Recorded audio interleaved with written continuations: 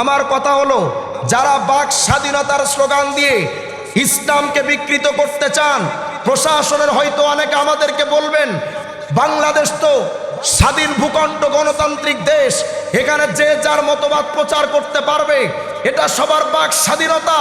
আমরা স্পষ্ট করে প্রশাসনকেও বলছি, বাক স্বাধীনতার অর্থ যদি হয় আমার ধর্মকে নিয়ে বিকৃতি করা, বাক স্বাধীনতার অর্থ যদি হয় আমার ধর্মের বিরোধিতা করা, ওই বাক স্বাধীনতার কপালে জুতা আমার মুসলমানেরা। ওটা কোনো বাক স্বাধীনতা হতে পারে না। আমার ধর্মকে নিজের মতো তুমি ব্যাখ্যা করে আমার ধর্ম থেকে মানুষকে তুমি আলাদা করবে, ওইটা যদি বাক স্বাধীনতা হয়, তাহলে ধর্মের বিরুদ্ধে ষড়যন্ত্রের নমুনা কোনটা? মুহতারাম হাজিরিন, হিজবুত তাওহীদের মতবাদ, তারা বলে দাড়ি টুপির সাথে ইসলামের কোনো সম্পর্ক নাই। নাউজুবিল্লাহ বলবে না।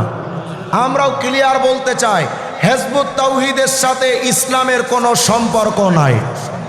ওরা বলে এই দাড়ি এটা কাফেররাও রাখতো, আবু জেহেল, আবু লাহাব, উতবা, সাইবা তারাও রাখতো, তো মুসলমানরাও রাখে, এটা তো নবীর কোনো সুন্নাত না। নবীর সুন্নাত কি? জিহাদ করা। এদিকে একটু মনোযোগ দেন, যেহেতু সময় কম, একটু মনোযোগ দেন। হিজবুত তাওহীদের আর একটা মন্তব্য হলো, তারা বলে বোরখা এটা ইসলামের পোশাক নয়, এটা শয়তানের আবিষ্কার করা। হিজবুত তাওহীদের সেলিম তার এক ভিডিও বক্তব্যের মধ্যে স্পষ্ট করে বলেছে যে বোরখা এটা শয়তানের আবিষ্কার করা। আচ্ছা বলেন, নাস্তিক্যবাদ বোরখার বিরুদ্ধে কথা বলে, আজ পর্যন্ত শুনেছেন কোন নাস্তিক বোরখাকে শয়তানের আবিষ্কার বলেছে? কিন্তু সেই বেয়াদবিটাকেও পার করে সেলিম যে মন্তব্য করলো যে বোরখা শয়তানের আবিষ্কার করা, আমরা স্পষ্ট করে বলতে চাই, যেই বোরখার ব্যাপারে শয়তানের আবিষ্কার তুই বলো, তুমি যেখানে সেলিম থাকো শয়তান ওখানে ভয়ে যায় না যে হয়তো তুই আমারও গোমরা করতে পারিস। তবে আমরা এক কথা ক্লিয়ার বলতে চাই, বোরখার বিরুদ্ধে যেই সেলিমরা কথা কয় হিজবুত তাওহীদ, আমরা তাদেরকে স্পষ্ট করে বলি, আজকের বাংলাদেশের মুরব্বীরা, আমাদের আকাবির যারা এখনো জীবন্ত আছেন, হিজবুত তাওহীদের বিরুদ্ধে তারা জবান খুলেন না। তারা মনে করেন এটা একটা ছোটখাটো ব্যাপার, এটা আমাদের বড়দের নাক গলানোর প্রয়োজন নাই, বিদায়ী তারা কথা বলেন না।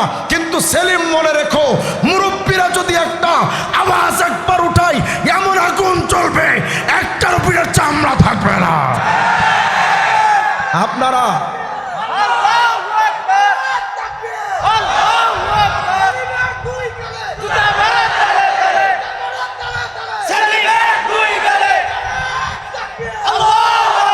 ঢাকার মুক্ত মঞ্চে সেলিম দাঁড়িয়ে বলেছে,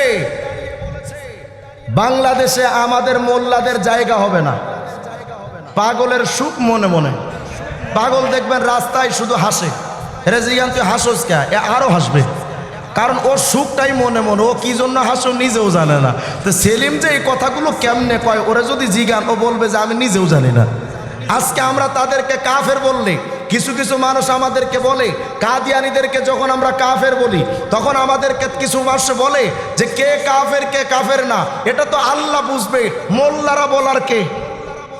তা আমি স্পষ্ট করে আমরা বলতে চাই, কে কাফের কে কাফের না এটা আল্লাহই বুঝবে।